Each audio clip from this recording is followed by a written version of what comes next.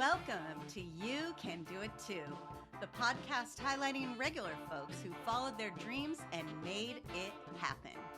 I'm Joan Hutchinson, your restaurant maven. I'm a former caterer and restaurateur turned hospitality business consultant and public speaker.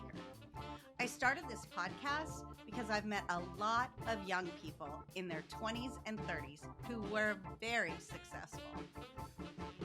When I talked with them about their businesses, I was so inspired. It's not that obstacles didn't pop up for them, it's just that they didn't see them as a problem, which is a huge part of why and how they overcame those problems. It was their mindset.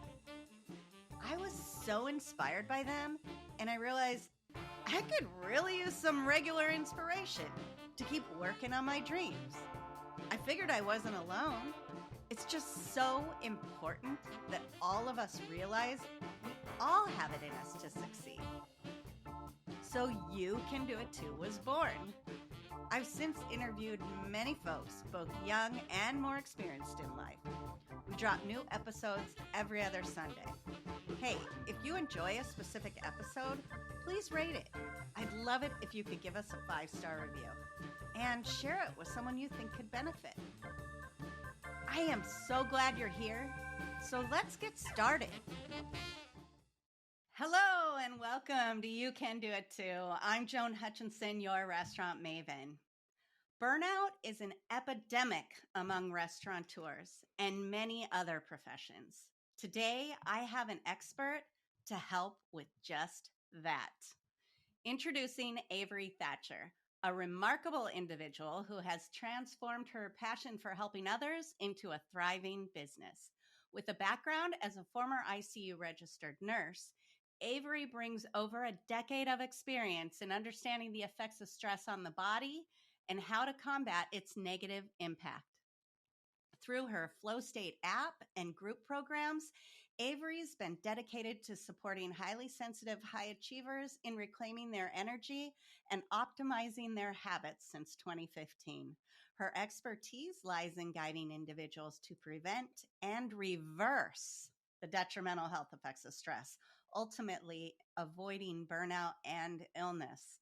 Join us as we dive into Avery's journey, exploring her invaluable insights on recovering energy, optimizing habits, and elevating impact. Prepare to be inspired by her wealth of knowledge and practical strategies for achieving a healthier and more fulfilling life. Welcome, Avery. Thank you so much for having me, Joan. I am so excited to be here. Yes, I am so excited for you to be here. I know that my listeners are going to get so much out of today. So thank you for coming in today. So can you share a little bit about your personal journey and what led you to specialize in stress management and its impact on the body? Absolutely. So as you explained before, I'm a former ICU registered nurse. And really early on in that career, I noticed that the majority of the reasons why adults found themselves in the ICU were because of illnesses and diseases that could be linked to chronic stress. So Wow. I really wanted to get out of the reactive side of medicine and start helping people prevent that epic ICU stay. And I'm a super nerd. So I went right into the research and started nerding out on all of the information I could find and got extra certifications in how stress impacts the body. And I was teaching this for a couple of years. And then at the end of 2018, I was still working as a nurse and I was coming off a 12-hour night shift. And the charge nurse looked me in the eye and she said, "Oh, you don't look well. Go home, rest up, feel better." And I slept for 20 hours. And then I slept for 20 hours the next day and the day after that. And really, I had this epic burnout experience, even though I was doing everything quote unquote right. And so I was so upset because I just felt so betrayed by the research that was all pointing towards meditation and mindfulness and yoga and journaling and all of these things that are supposed to help you prevent and reverse negative health effects of stress. But it just really lit that fire in me to go and find the missing pieces of the puzzle to really help identify the kind of burnout that we're experiencing and creating our burnout action and recovery plan. Wow. Wow. So you were doing all that stuff. You were doing yoga. You were journaling. You were doing everything you were supposed to be doing. Oh my goodness. Mm-hmm. Wow. And So, it's just that it doesn't take into account the stressors that are flowing into our life. So one of my favorite ways to explain this is just to imagine that you're sitting in a boat, and the boat has a couple of holes in it. And so you've got your bucket and you're bailing out the water as it's pouring into your boat. mhm. And so meditation, mindfulness, yoga, stress management, those are all your bucket. And so the more often you do those things, the more of those things in your toolbox, the bigger your bucket is. And so you're bailing out the water, but those stressors are still flowing more stress into your life. And so you're going to sink slower, but you're still going to sink. And you'll sink to the point that your burnout life jacket catches you. So what we need to start looking at are really all of those holes in the boat and figuring out which ones can I plug or which ones do I just have to figure out how to manage, because some of them, let's be real, we can't do something about. So you're talking about like figuring out what comes into your life that either that relationship issues or job change or money problems. Is that what you mean? Yeah, absolutely. It could also be living in a capitalist world, trying to survive in a restaurant industry that is highly competitive and really challenging, especially to break into. So you're also, some of your stressors are really these things that you can't control. You Right. can't really change the impact that these societal influences have on your life. And this is where we need to learn how to manage the stress that's coming in, because we can't do something about that. Whereas sometimes with money stress, depending on the situation, there are steps that we can take to slowly plug that hole in our boat. Relationship stress, again, there's things we can slowly do sometimes to work on plugging the hole in the boat. And this is where really differentiating between those two is such an important piece of the puzzle. So there's a lot of delving into each person that you work with, doing their own soul searching and figuring this out as well.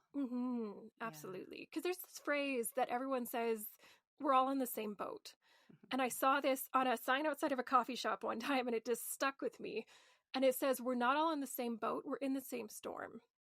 So some of us have a yacht, some of us have a rowboat, some of us are hanging on to like a little chunk of wood, and we're all experiencing the same storm, but we all have different situations that we're working in. So I think that's really where there's not one size fits all kind of fix for this.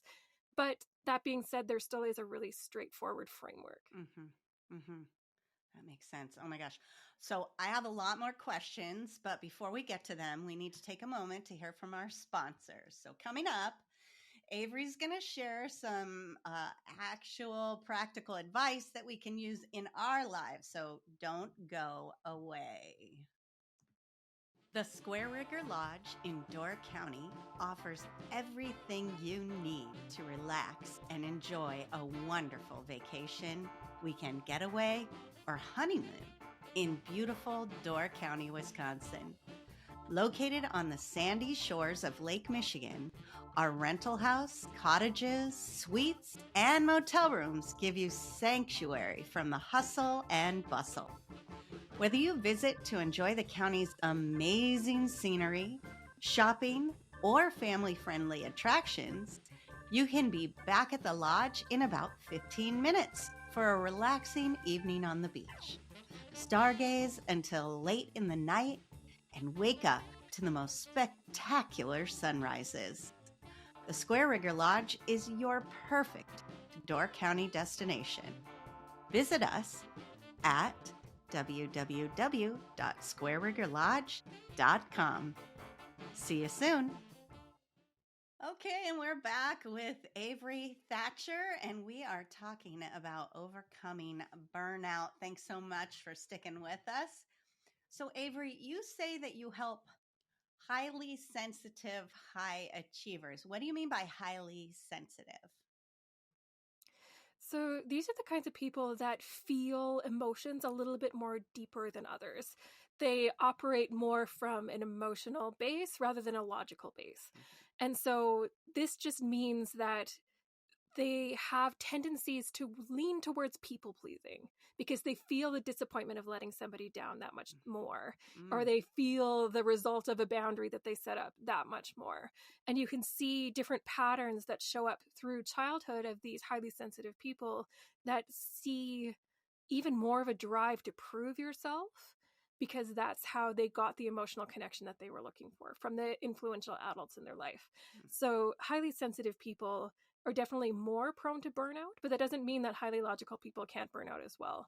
This is where the high achiever kind of comes in. And so it's sort of like those Venn diagrams where there's overlapping pieces of the puzzle. But as a high achiever, you're also really pushing yourself.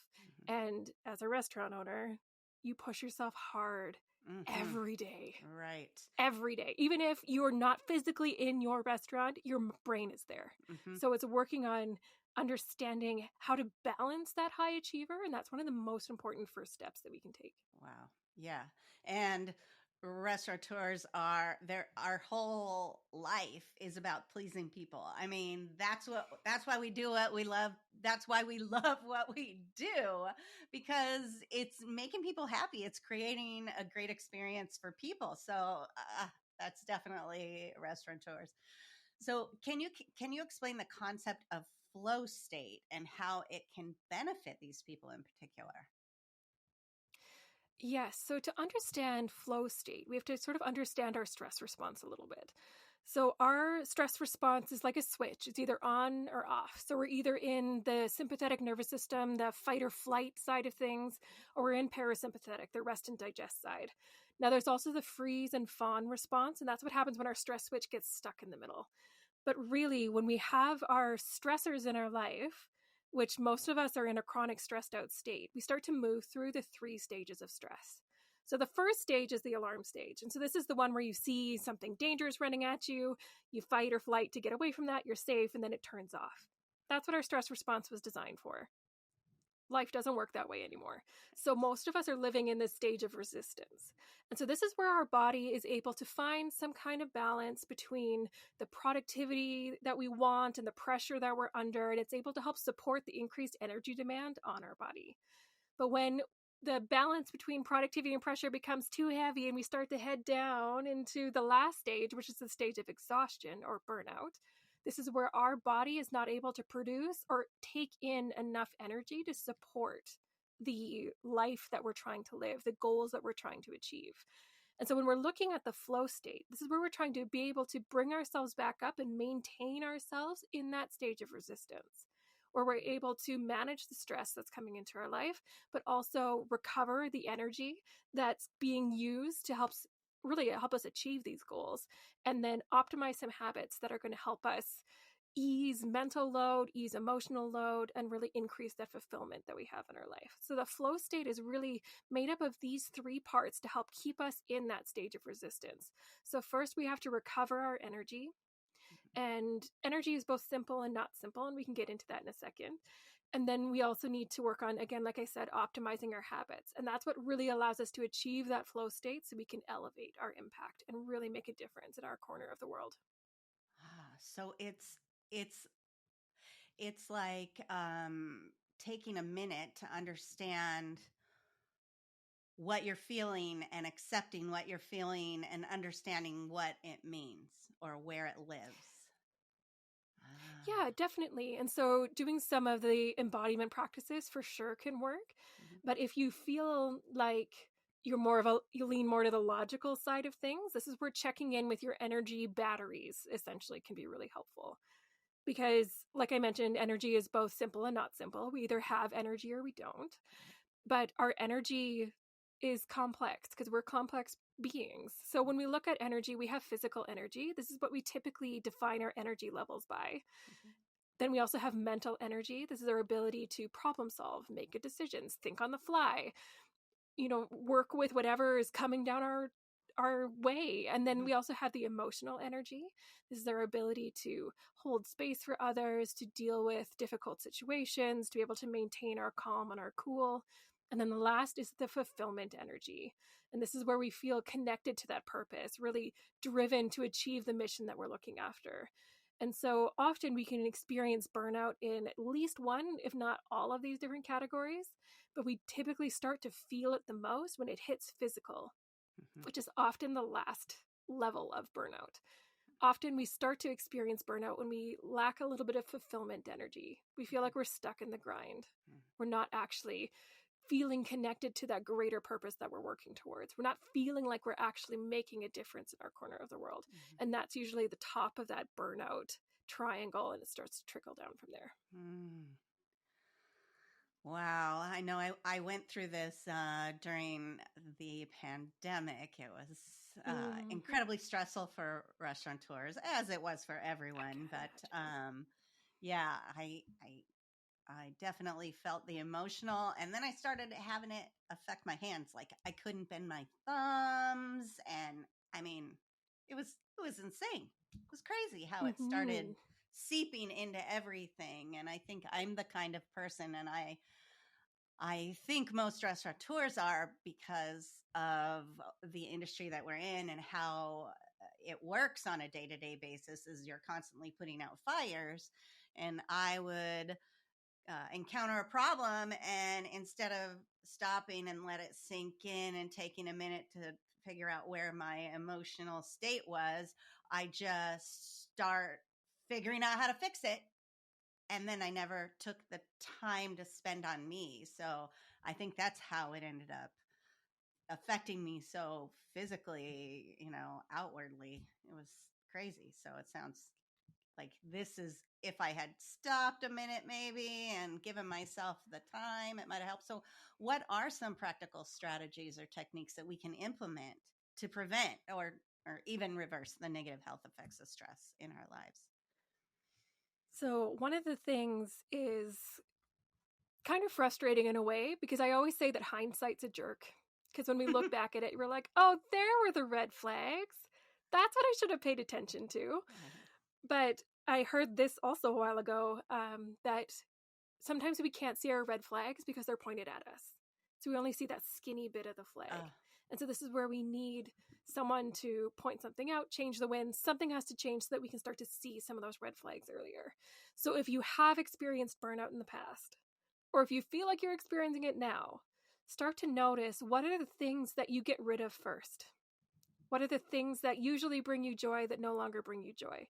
Start to notice some of the early warning signs, those red flag warning systems for yourself, and put a little note somewhere, maybe in your phone, so you can check it once a week, once every couple of weeks, and just see, where are we at? Am I checking any of these red flags off? And it just helps you become aware of, do I need to sit back and reevaluate my tasks, my to-do list? Because you're not just a restaurateur, you also have a personal life, which is trying to squeeze into the middle of all of that. And then you've got other things that you're working on, and you want to take care of your health and all of these pieces. So I was looking to figure out the balance between all of that. Now, one of the simplest and easiest ways that we can turn off our stress switch is by taking 5 slow, deep breaths for 5 seconds on the inhale and 5 seconds on the exhale. And so the research has showed that this is very effective in turning off that sympathetic nervous system and putting us back into rest and digest. And one of the extra bonuses of this is that we get access to our prefrontal cortex again. So if you think about it, if you're running away from a dangerous animal, contemplating the meaning of life or solving a complex problem, not a priority. So your brain actually kind of shunts blood away from that area of your brain and focuses more on the instinctual survival part of your brain. So when we slow down our breathing, when we turn off that stress switch, we get access back to that higher level thinking brain, that problem-solving prefrontal cortex. So when we feel that hit of stress, when a new fire comes our way, taking the 50 seconds to have those slow 5 deep breaths can be so powerful in helping you solve the problem faster, more effectively, and really more sustainably. So the 5-5-5 breathing is something that I would recommend everybody do. And I recommend you do it 5 times a day. And I know that that sounds like a lot, but if you do it when you first get up in the morning, before each meal, and before you go to bed, that's 5. So it's just tagging things onto existing things that you already do. Now, if you're grabbing like little bites in between things because you're on the go all day long, then it's setting an alarm on your phone, on your watch, every time you go and get something to drink, take a deep breath. So it's, again, you're trying to make it easier for yourself. Mm-hmm. So figuring out your red flag warning signs is a really good start. And then that deep breathing is another really good strategy. Wow. That's awesome. So not 2 deep breaths, not 3 deep, it's 5. 5. 5. Yes. That's what the research shows, is 5 full deep breaths for 5 seconds on the inhale and 5 seconds on the exhale. And that's enough for us to turn that stress switch off. Mm-hmm. And it's the first time you do it, it may seem like it's taking forever, but then eventually you're able to do it in fewer breaths because your body starts to build that neural pathway. And then you start to take even just one slow, deep breath and you can feel everything settle again. Lots of people are trained how to do this. The military's trained how to do this. ICU and emergency room medical staff are trained how to do this. High-level CEOs are trained how to do this. And it's really just training and creating that neural pathway so that you can turn off that stress switch and be like, I'll get to you later. Right now I've got this and I need this. That is awesome and so easy. Very You don't need anything. You just need you. Yeah. And to know how to count to 5, which most of us do. So that's it. So in your experience, what are some common misconceptions about stress management and how do you address them in your work? It's a great question. I think with a lot of the I think with a lot of the pop psychology that's been coming out on Instagram, there's a lot of trending around the word trauma. Mm-hmm. But then there's also a lot of trending around meditation and mindfulness. And so I think one of the biggest misconceptions is that meditation and mindfulness is the cure-all and that everybody can do it safely. If you have a trauma experience, it means that you actually have an injury to your nervous system. So these strategies that we use to help calm the nervous system can actually activate it if you have that injury to your nervous system. So working with someone that understands what a traumatized nervous system looks like versus a healed nervous system is really, really important. So a clear example of this is I was teaching a meditation class and there was a large group of people all just laying down on the floor, listening to my voice. Some of them were sleeping. It was a good day. And then I saw this one person in the corner and he was starting to hyperventilate and he was starting to like clench his hands. And so I walked over and I just tapped the bottom of his feet and just had him sit up and I gave him a different exercise to do. Well, he could still follow the meditation, but just not be as deep into it. And when I talked with him after, he had been in the military and some of the breathing that we were bringing him through brought him back to the combat breathing that he was taught and brought him into a flashback. So understanding this next level of it is so, so important when we're looking to heal and really re-regulate our stress response. And then the other thing that I really wish people, like, I wish I could meet the person that said this originally and shake them and be like, why?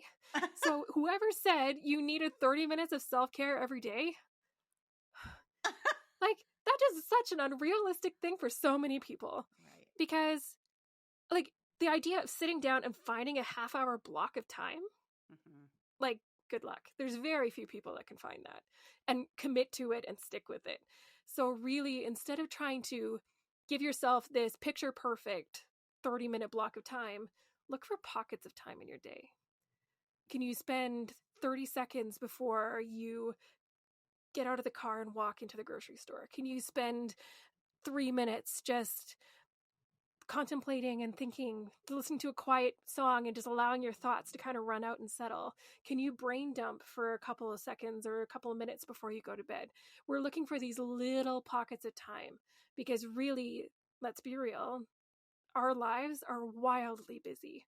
And especially after the pandemic, I feel like especially in the restaurant industry, people are trying to make up for lost time. They're trying to catch back up to this gap that was created.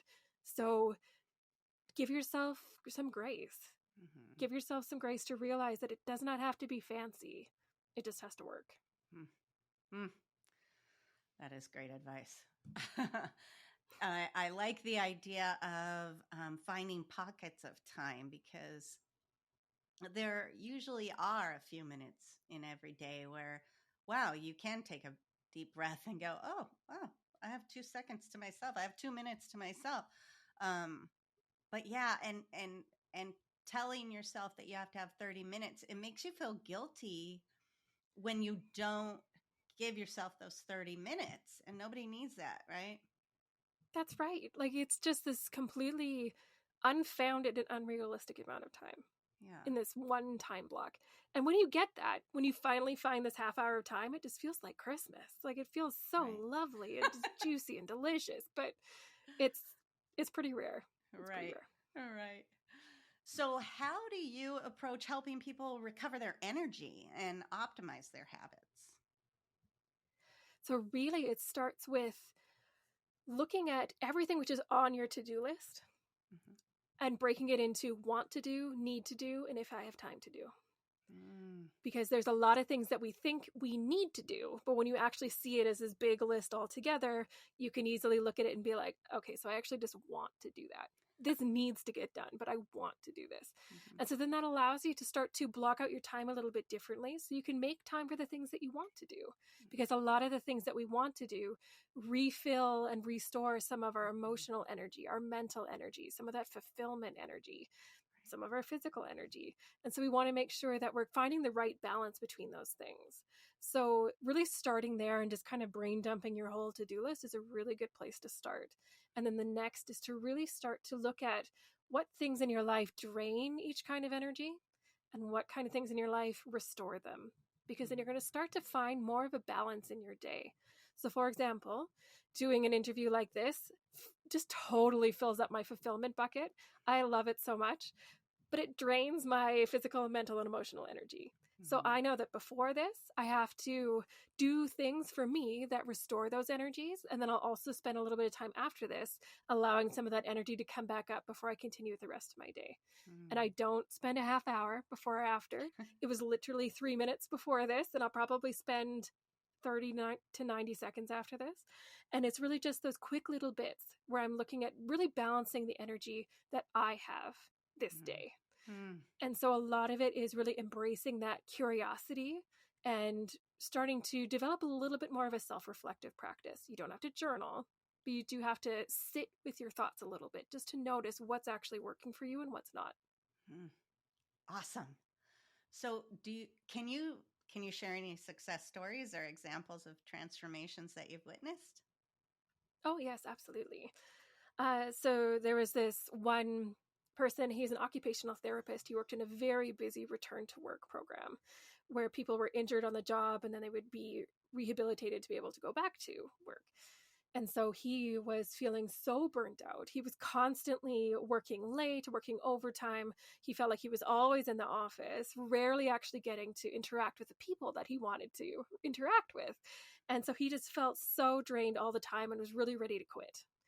And when we met, he had just gone to his boss and said, hey, I have all of this stuff on the go. There's not enough time for me to actually see the people. And she's like, oh, I'll just give you an extra 5 hours per week. And he was just like, doesn't fix the problem. Thanks, but no thanks. So he came to me and he was just like, so what do I do? And so we sat down and really looked at why did he even want to go into this job in the first place? Really connecting to that sense of fulfillment. And then we started to build a burnout action and recovery plan around that. And once he started implementing it, he was just visiting people for a couple minutes a day. And he was going out and he was finding a better balance between feeling like he was always in the office. And so we really worked with some of the cognitive dissonance that he was struggling with, some of that all or nothing thinking. And that was really the big turning point for him. There was another woman that I worked with that she just felt like she never really felt connected to anything in her life. She always felt like this. She described herself as a leaf blowing in the wind. She felt like she would find this one place to do, and then she would find this one goal that she was working on, and then she would go and find this job, and she would just never really feel settled and connected. And so we started to work with some of the voices that she could hear, like her inner critic voice and her the quiet inner child self. And we started to really dig into those pieces to understand how are these contributing to your sense of burnout and your lack of fulfillment? And once we figured out how to make peace with those parts of her, then she started to really connect to what she really wanted to do. And she actually decided that she wanted to open up a franchise restaurant, and that's where she went. Wow. So it's just really connecting into the burnout experience and how we're perpetuating that in ourselves, and then looking for a way to work with all of those factors and components. Wow. So, I mean, I can see that stress management and figuring out your habits and making the best of them helps someone even their personal and their professional lives better, right? Yeah. Definitely. So, what advice would you give someone who feels like they're overwhelmed by stress and isn't sure where to start in their path to recovery? I would like you to remember that always do your best doesn't mean always be perfect. So you want to make sure that whatever your best is for that day, that moment, whatever it is, whatever energy you have to give, if you're giving it your all, that's the best you got. So give yourself grace, accept that, and really celebrate that. Some of the days, my big wins are that I got out of bed and I put real pants on. So it's okay to celebrate those things sometimes. So really just, settling into always do your best doesn't mean always be perfect. Oh my gosh, that's such a great quote. Love, love, love that. So what are your future goals and aspirations in the field of stress management and helping these people? Sorry. Yes, that's all right. Yeah, so this year we're really branching out into corporate spaces because I've been generally catching people once they've already burnt out, but I would love to help prevent that burnout experience to start with. So we're working more with leadership teams and different corporate organizations and nonprofits to help them really identify how to support people through this burnout experience now. So really that's where we're focusing right now. That and helping grow our app so that more people can get the support that they need for a much more affordable price. Right. Oh my gosh. Yeah, it'd be great. Restaurant, the National Restaurant Association, local restaurant associations could really definitely use you. You've given us so much to think about, and I really appreciate the advice. And I know that my listeners are going to be able to improve their lives with just those simple things that you told us, the 5-5-5 breath and the Yes. and just taking a minute and giving yourself those little pockets of time. I know are that just those few things are going to help all of our lives get better. So where can my listeners find you? Thank you for asking. So they can find me. I'm on Instagram at Becoming Avery. You can also find me on my website, becomingavery.com. And there I have a couple of quizzes that might be helpful. So one of them is your default self-sabotage style. So it helps you identify that and then gives you, of course, tips on how to work with it. So that way it doesn't continue to sabotage you. And then the other one is a burnout risk assessment. So I feel like both of those might be really applicable for your audience. And so those are both found at becomingavery.com. Awesome. Okay, so I will be sure to put those links in all the show notes so everyone can connect with Avery. And I so appreciate you for coming on today and taking the time to share your message with us. And thank you to everybody who's listening. And like I said, I'm going to have all her info in the show notes for anyone who wants to reach out to her. I also want to thank Chris Hutchinson for editing this and all my podcasts. And if you think this episode was helpful, let me know and share it with someone you think could benefit. And if you or someone you know needs help with a restaurant or hospitality business, go to yourrestaurantmaven.com and let's connect. We will see you in 2 weeks. Thanks again, Avery.